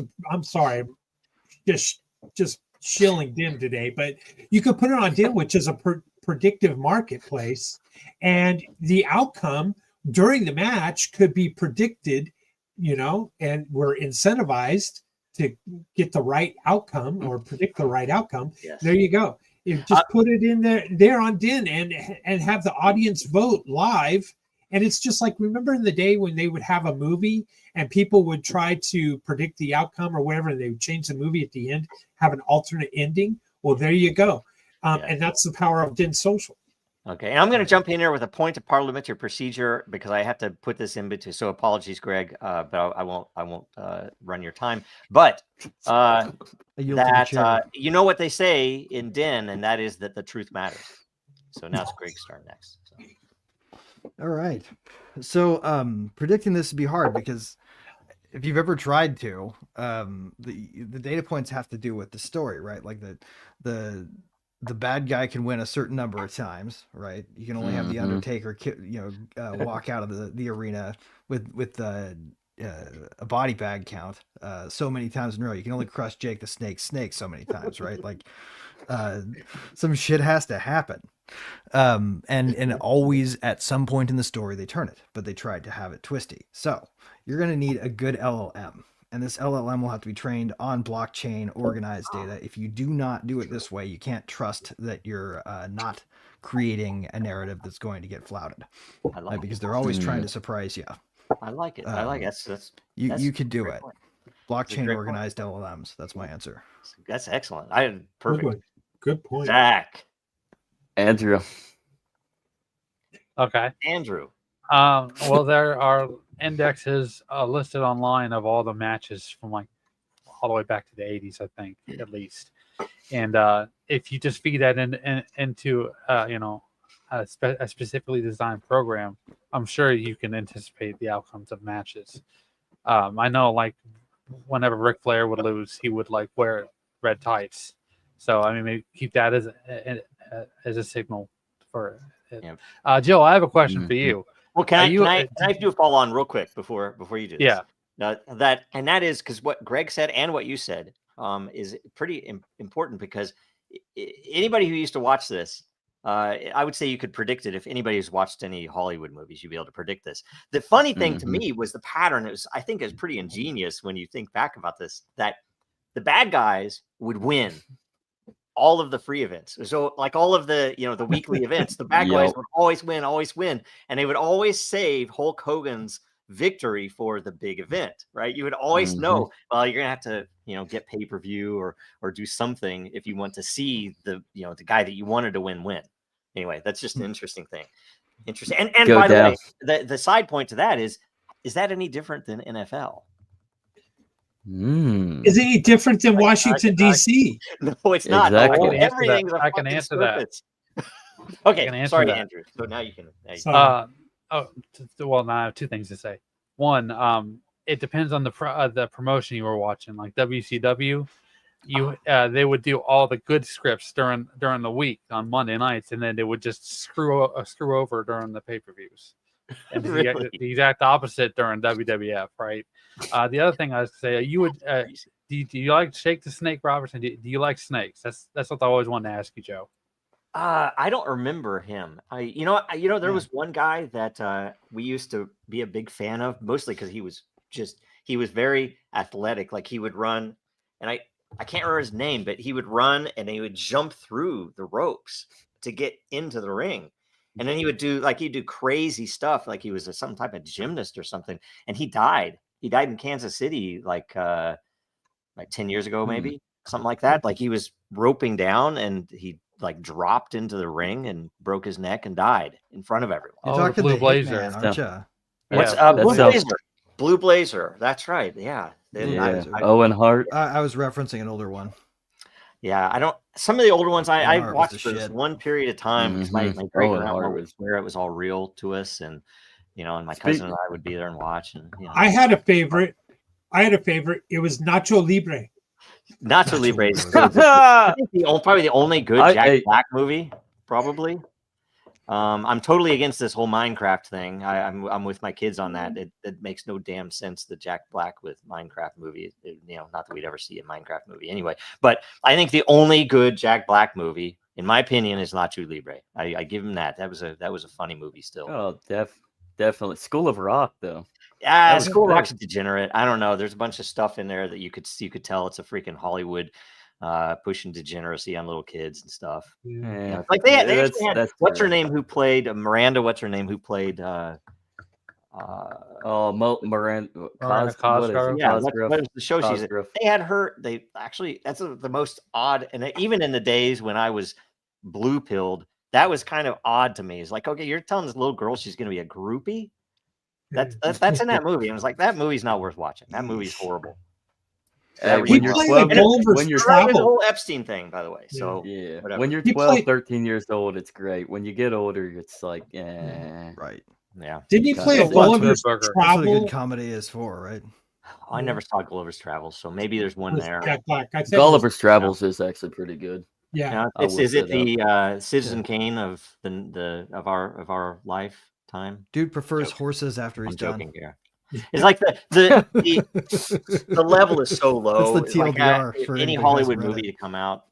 I don't think there's anything good other than stuff. By the way, stuff that Mel Gibson comes out with, I'll tell you, is almost a sure bet for that. I'll be like, yep, the newer stuff. Anyway, it's about Jake. Back to Jake the Snake, though. I mean, you may have your Psalms and your Bibles and John, but I mean, Austin 3:16 says, "I just whooped your ass," and that's the bottom line because Stone Cold said so. The Typhoon and the tugboat ganged up on him and sat on his snake in a bag. Remember when they rolled that poor flat snake out? Oh, that was. Oh yeah, that was some kayfabe. That was fantastic. That was definitely some kayfabe. That was our last question. So, how much time we have? We have a little bit more than 30 minutes left. So I didn't do memes last show, so I'm going to do memes if you guys are okay with it. Let's do it. Show this last comment from Czar 15. Oh, okay. I the feel Emperor's in charge of the comments. It kind of scares me. You all know so much about WWE. I will tell you. Well, we grew up in the, where are we now all Gen X? What it's like to live in my brain. No, William is Boomer, right? We're all Gen X otherwise. So last year, the Boomers right here. Yep. I don't identify as a Boomer though. I don't identify as a Boomer. I'm evergreen young. And here's a meme about the who controls our government. That they all have to go to the Great Wall of China and say a prayer and put a little note in it and wear a hat. That's how you get the fortune cookies. I like the way you could ever be elected to our great free country. I like the one in Texas. The meme where the guys are at the Texas Memorial. Oh, I like the one that is is it Incan where they have to. I can't remember. Anyway, there's some funny ones. It'd be funny if Chinese leaders had to do this to the Great Wall so we could get some other side shots going. I mean, to be fair, though, judging by the fact that the Chinese lobby is much larger than APAC, that meme actually makes sense. Is it? Yeah. Is it really? They're registered. Now, APAC isn't registered. I think the Chinese lobby is actually registered. The Chinese lobby is actually tracked. They could put it on a blockchain. APAC right now, they couldn't put it on a blockchain. They couldn't. It's not registered. Nope. But I don't think there's a lot of dual citizenship in Congress that are Chinese. Chinese. But they certainly take a lot of money from the Chinese. The Dutch dual citizens in Congress the three largest lobbies right now are the pharmaceutical lobby, second is the Chinese lobby, and then third is APAC. I don't believe you. APAC is not. We don't know. We don't know how much they spend. We don't know. We don't know how much. You're right. Spend. Yeah. Put it on blockchain every goddamn place. Just look at Massey. We also don't have visitors. And by the way, they're going to try to destroy Massey now. You know this. Oh yeah. That's. I don't know if you saw the latest. They've let him die. Yeah. If he dies, he dies. This is Israel right now. If he dies, he dies. Here's a current event. Did anyone watch the Trump speech? I didn't. Oh yeah, I totally. didn't. I I did. want to. I haven't had time to. I apologize. I watched It was it. fascinating. It was fascinating to watch the minority party melt down in real time. That's always worth it. But yeah, It was great. Well, no, I mean it wasn't just amusing. It was educational, right? To watch how they melted down. Oh, Um, there's a quote that Washington does say about this. I don't know. Franklin also, and a few of the other Frank, guys. yeah. Look at this one. This one surprised the crap out of me last night. What? I saw this last night. Alex Jones. I never saw this coming. Well, Robert Maxwell was definitely. I mean, his death no, they kind of were, points to it. obviously. His Yeah. death points to Mossad connections because of how mysterious. Absolutely. Yeah. On his yacht. On his yacht. On his yacht, yeah, on his yacht. Yep. Yep. What did they? Oh, weird, what exactly? weird ties to the Bush family too. Yep. Oh, Yep. yeah. Yep. I mean, Yep. you have that Saudi Israel connection. And shout out to Yeah. Ian Carroll. He is a great account. I don't even know some of the stuff. You know, he has some suspicious bits that he became so big so fast, but that could just as well be laid out that he was the only one saying the stuff. So What matters? Yep. yeah, Yep. I like it. Yep. It's good. It's always Yeah. good to watch that. So anyway, Now, since that- Alex Jones is starting to call out Israeli intelligence again, does that mean he's anti-Trump now? oh man, do we want to go there? I don't know. Probably not. Alex Jones is I always mean, anti-power, man. That guy's just Yeah, anti-power. He'll immediately be the Well, enemy of whoever's in there. Is he though? Yeah, Because I don't know. I his think family- Well, I mean, he's not a very Controlled effective off. enemy Yeah. anymore. No. he's controlled. Making him off, likely but controlled. His yeah. family has Still some the use. Jones family has ties to military intelligence. So back Yep. in the days, Oh, of you the always old thought here, OSS, didn't his great uncle invent the stock market or some shit? I'm joking. It's one of those. I will say one of those things that you get with people who want you to think that they know everything. They will throw some of Yeah. the most funny stuff out. You're like, oh, okay. Anyway, well, I think his grandfather. Yeah, it was his grandfather that was in like the OSS and World War. Which I mean, whatever. It was World War II, but still, it kind of makes you wonder. Yep. I want to know if the YouTube bots can spot the Rothschilds. That's what I want to know. Well, it's actually since we already named the name, they've already found it now. But By the way, these are not curated. Okay, these are just things that popped up on sometimes X now as well. I save some memes, but a lot of them are 4chan because if you get a humor thread on 4chan, it's a gold mine for memes. It is. So you're just getting them. I'm not really skipping them, as you can see. I have a recommendation. You might. What's happening with Andrew Tate in Miami, in Florida, is interesting.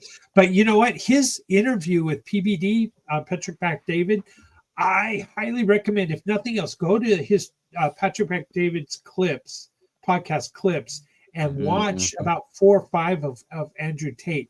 Boy, is that man spot on this. Forget all of the history, the background of everything he is accused of or whatever. But I'm telling you, he nailed it. Wow, he nail it? I'll have to watch that. He does. Yeah, I highly recommend it. I hate to say it because I'm not a big fan of Andrew Tate, but mostly because he's annoying. But and I don't know. I've heard his dad or somebody was CIA as well, so he's connected. Yeah, his dad was kind of an analyst. He was a chess This one's master. apropos. His because father we do was spend a lot more time looking for pedophiles we've already caught and stopped than we do. You're going welcome after for that actual one. Ones. Like isn't that weird? Like we spend a lot of time looking for past pedophiles rather than trying to stop existing ones.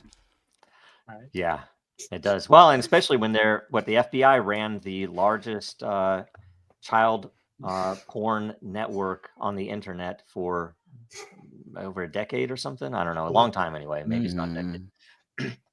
It's like, oh, we're just trying to catch him. We're just trying to catch him. It's us. Anyway. Yeah. Mm-hmm. Here you are, Betty. You're welcome on this one too. Sorry, United Kingdom. You guys are bearing the brunt of this one right now. Wow. My question is, do you think, I got a really woo-hoo question here. Is the list not being released because, I don't know, maybe there's a Trump person on the list? It was likely proactively destroyed in advance. Yeah. You'd have to ask yourself why they set up a commission that is run by a Zionist, and that the Attorney General is a Zionist and lied about having the list and having the data and all that. And so you have to wonder why do we have multiple Zionists in the chain of this custody to release these? And why do they not just release it to the goddamn public? You know, Some you failed could even Edward. hold, you could Here's hold the pictures problem. and stuff, maybe. Elon Musk was The problem right. is some failed Edward Snowden has a copy of it in his unknowing grandmother's attic on photocopy. And that's the only surviving copy that exists. They're going to find it in 30 years. They're going to find it 30 years. Betcha. You know what? Elon Musk was right on when he was on Joe Rogan and said that the public is not going to give up. They're going to keep demanding. We want the list. We want the information released. Yeah. We want to see the videos and who was in them.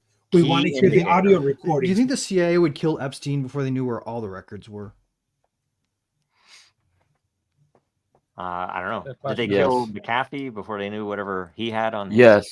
I'm going to answer yes, because the CIA has never been truly that smart.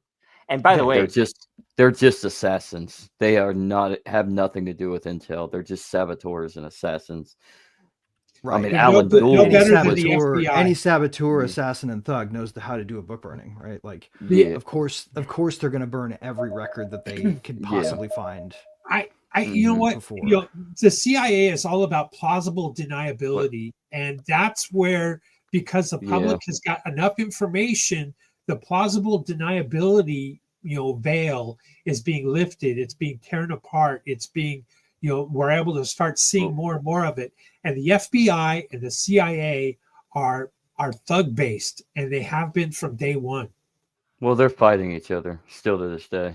They're still fighting each other in the Middle East. Document Destroyer as a proxy for pedophile. So, but I mean, to respond to that, it does. It seems like the legacy of Alan Dulles is quickly falling apart.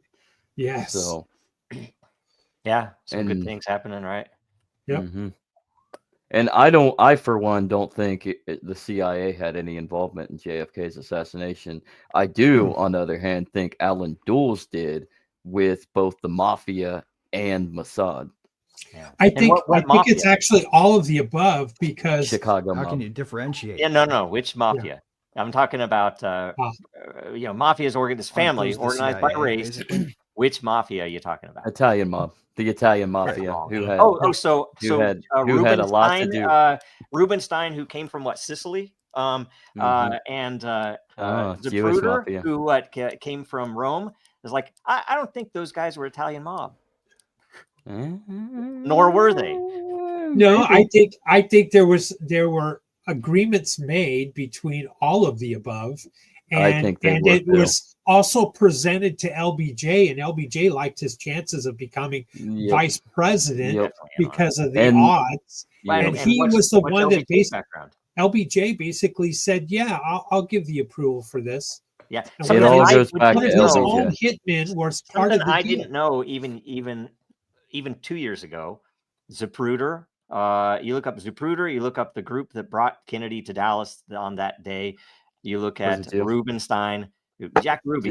It's like, I always thought, it's Italian mob. Yeah, he owned a strip club. It's like, no, none of that's true. Well, there were a lot of Jews that were in the Italian Costa Nostra. Yes. Well, I'm sure they cooperated. Either whether affiliated or cooperated. I mean, what was there's only one mob movie that calls that out. It's something in America. I can't remember the name of it. I've watched it. But all the rest of them for that reason. Well, I mean, except for every mob movie was made in Hollywood, so that kind of pre-calls it. I know. That's what I'm saying. But why is that? Why did they then point it? It's all Italian mob. Us in the Midwest. Well, I mean, growing up in the Midwest, had no idea that there was anything of the mob other than the Italian mob. The mob. Well, the Jewish mafia was very notarized as being very heinous murderers. Man. So like like the story of Murder Inc. That was a Jewish mafia hit squad that the Italian mafia would use. Yeah. So it makes sense. There's a big Jewish Italian connection. What is it, Bataclan or whatever, that French one? You look into that and you look with eyes of today, and you try to tell me that was ISIS, or what is ISIS really? So what is ISIS? Yeah. By the way, I apologize for all of the memes. These are just in order. I am filtering a couple because there's some that are pretty crazy.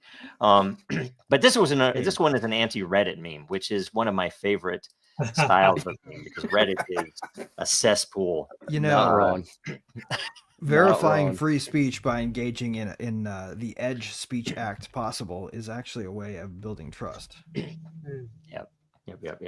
Here's an item of news. I'd like to hear the panel's comments on Germany and UK and their attack on free speech, and their attack on, which they never had, but their attack on confiscating phones, locking up people for having made derogatory remarks about their government. Anybody? They need to do something. Andrew just wants to. I see it in your face. You just want to say I'm a Nazi based on my Enneagram. No, I was remembering a quote by Michael Malice that he said, "In the heart of a slave beats the in the body of a slave beats the heart of a tyrant."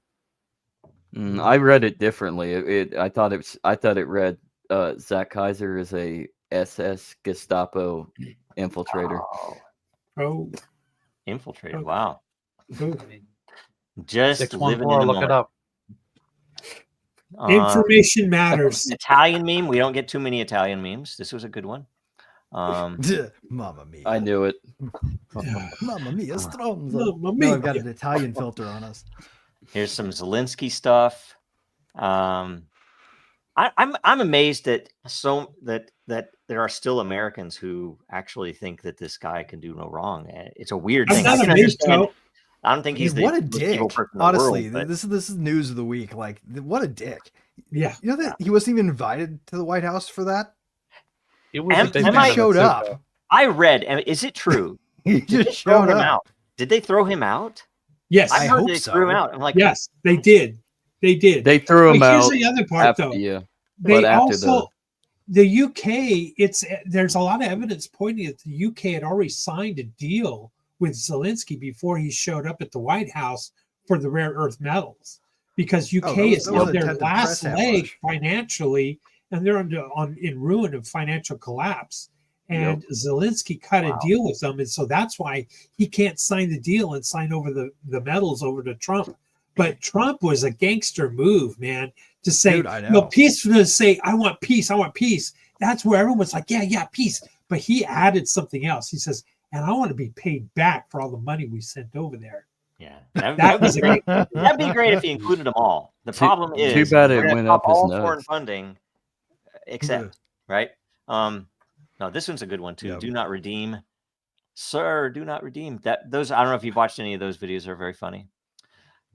Anybody who's had scammer call you in the recent past, man,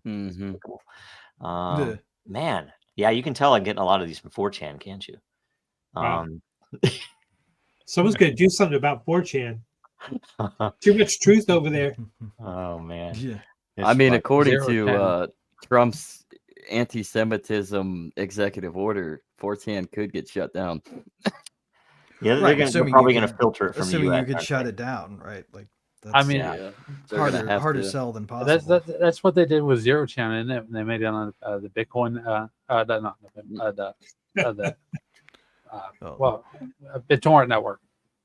I like this is always the danger, right? This is always the danger that the tools of the old regime will be used in some new way by the subsequent one, because people are really easy to prey on for their prejudices, right? Like,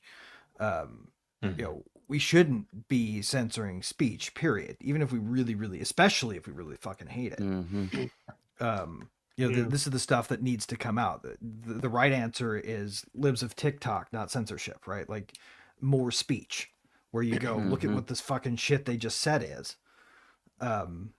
and yeah, you can use information warfare tactics and say horrible things just to make it so that they have to call you out on them, desensitizing people to what you're really saying unless they're paying attention, meaning they have to pay attention to you, which is the exact thing they're trying not to do while they smear you.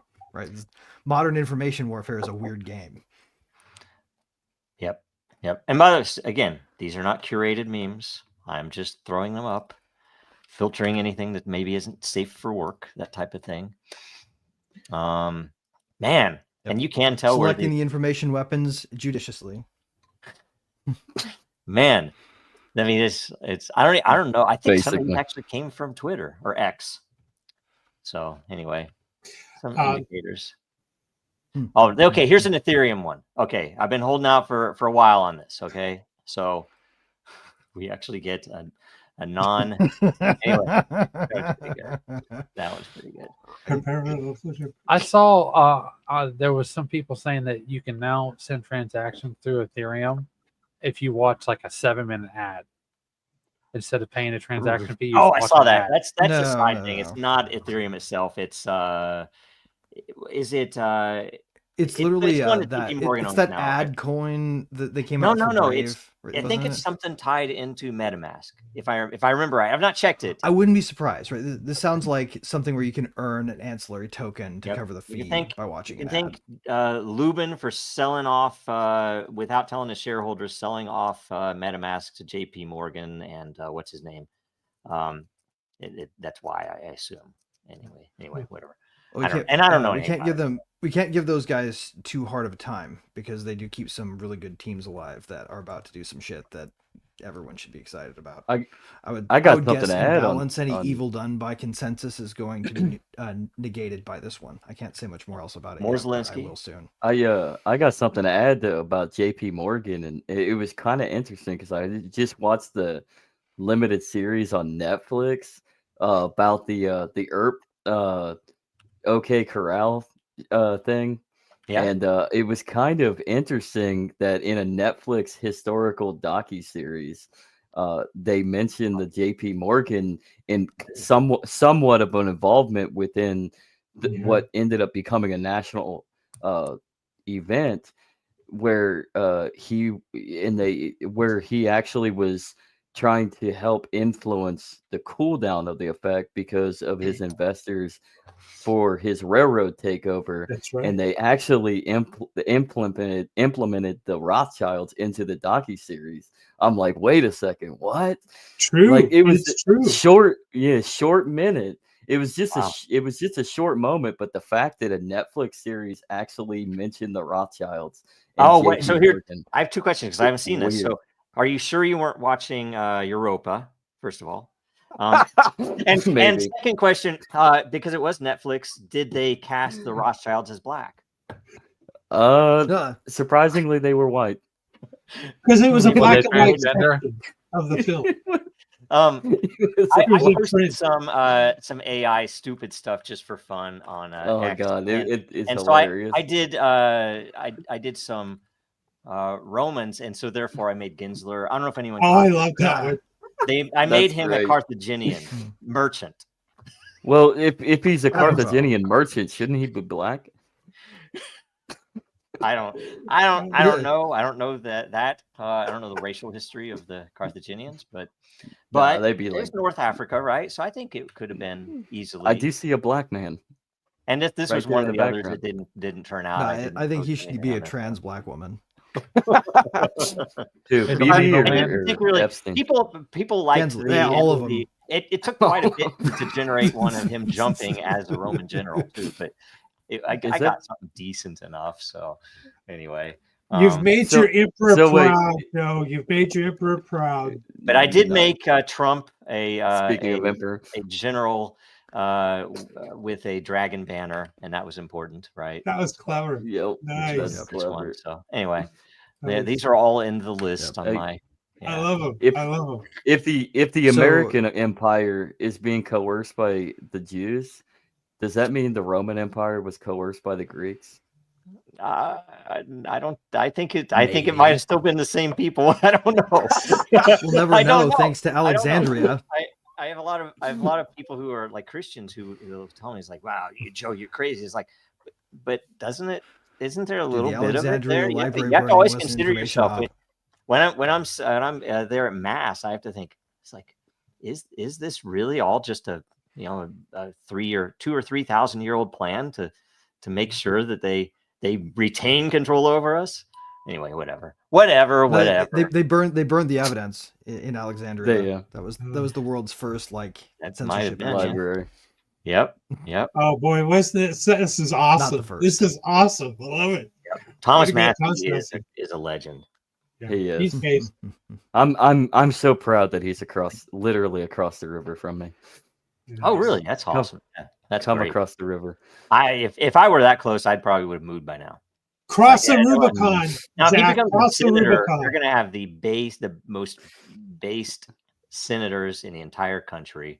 It needs to happen, I think. But anyway, I mean, Andrew is actually from Northern Kentucky, so he is from that district. From his territory.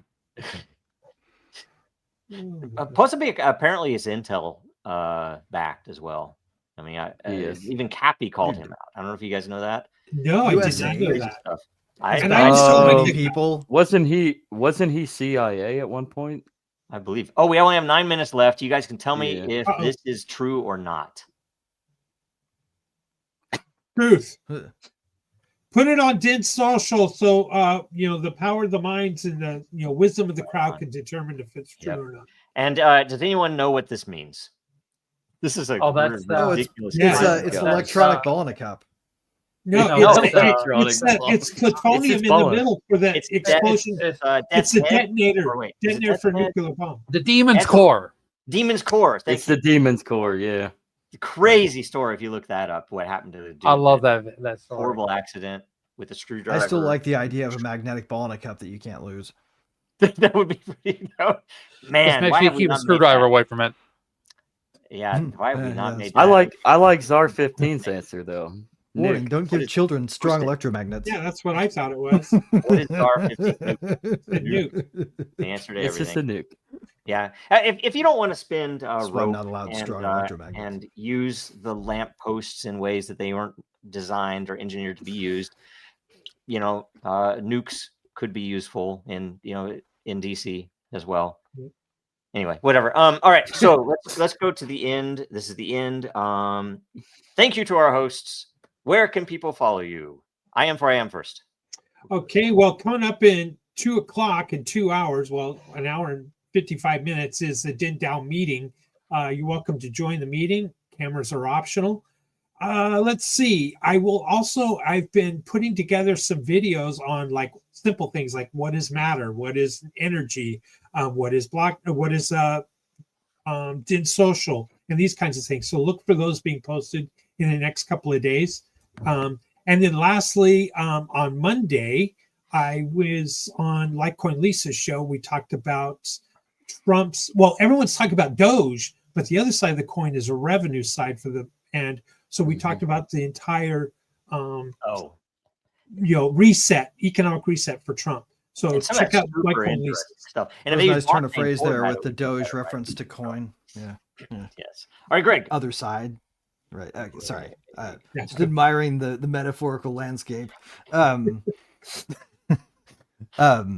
So for you guys can follow me at Design Heretic on X, on Den, on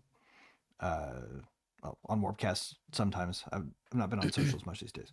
But real quick, the Ludlow Institute, founded by Naomi Brockwell, is now currently still having trouble, even though they're a proper 503c organization, getting an account created on X. This is an organization that is basically out there promoting access to privacy tools. Genuinely good people, genuinely smart people who know what they're fucking talking about. There's no reason this shouldn't be allowed on any social platform that has, especially one that has a banner for free speech raised above it. So if you guys get a chance, go check out my feed and boost this, because that organization needs to have its fucking account already. So that's my 2 cents. Right on, Zach. I already noticed that. So actually, I think you sent that, and I made sure to retweet that and Thank you. Because that needs to be known. Like, we're at war. We're at war with the information, and some people, certainly some would say, starts with a J. Really want real information to be stomped down. But at the same time, go ahead, check out the Legacy Right. We will come back with our weekly legacy to finish up the series involving the CFPB. Andrew is finishing up the reading of the PDF, and we'll talk about that 11 a.m. Eastern, live on YouTube, X, Rumble, everywhere. And then everywhere else on the podcast sphere after that when it gets released. So check that out. Right on. You'll forgive my Andrew. And by the way, I have to always wonder if his subtitle is always some Easter egg or joke, but I've never had the time to. No, it's just It's my his name in name. Japanese. Okay. It's just his okay. name. All right. I liked to imagine it was a koan, but now I know. Yeah. So. Yeah, it's nothing to do with the guy with the IRS. That's for sure. No, hit me up at AICon90. You'll forgive my atrocious reading skills, but hey, we're doing what we can, and we're gonna try to. A couple of weeks from now, we're gonna try to start reading "Vices Are Not Crimes: A Vindication of Moral Liberty" by Lysander Spooner, and that's gonna be good. So, hope you guys join us for that. Excellent. It's me now, right? Livegen.is if you don't have a copy, by the way. That's I've found some stuff on there I've not been able to find anywhere else. So that's an great. amazing site. My thing is Dragon Chain case updates. We know it's imminent. We don't know timing. We don't know when. We know they're going to drop the case. And if they don't, then we're still going to win it. That's the beauty behind all this is we know we're going to win. We just don't know the timing. But pay attention. We're trying to put together campaign materials, further announcements, other things, and we're also really probably the biggest focus that we have is we've switched somewhat. The biggest focus is what happens after. After they let us go, after they drop their ridiculous case that we've known all along is wrong. What happens? What are we? And so we have Dracaria rolling out. We have some stuff rolling out with Den that we're still working on details and commitments and things like that. And we're working on some pretty crazy stuff too with Dragon Chain directly and related with a couple of partners that we've had for a long time. So there's a lot of exciting stuff, and just pay attention. If anybody can check out the Lucius AI tool that will help you write letters to your congressperson, to the SEC's crypto task force, to the Trump administration and the crypto czar. It's all super important. It all matters. And that one way or another that this is Dragon Chain, but it's beyond Dragon Chain. That we're getting this cleaned up, and it's a beautiful thing. Light at the end of the tunnel and everything else. So really appreciate everybody. Don't buy the hype here. of the case ending, guys. Buy the hype of what the fuck we're doing Unchained. Exactly. What matters is what we're doing, what it does, what it can do, what you can do with it, what others can do with it. That's where the real the real stuff will happen. And that's even if you only care about number goes up, that's still the fundamental behind number goes up. That and that is we've not seen what can really happen with this technology in the world. And you guys don't fucking have any idea what Dragon Chain's capable of, honestly. It's been walking on one leg with both arms tied behind its back for some time. True. Yep. Just building gray hair. That's all we've been doing. I'm joking. We've been building stuff, but it's been a hard fought effort. So anyway, we'll see you guys next week. This was an awesome show. I don't know how we can repeat this. We need to do the solutions thing. I freaking love. But anyway, talk to you guys soon. America's not the government, people. The America is you. It is the Grand fucking Canyon, the Rocky Mountains, the deserts of the Southwest, the Pacific fucking Ocean, the Atlantic, fucking ocean. It is the grandest continent. And what the fuck have you people done? You have turned yourself into sheep, every goddamn one of you.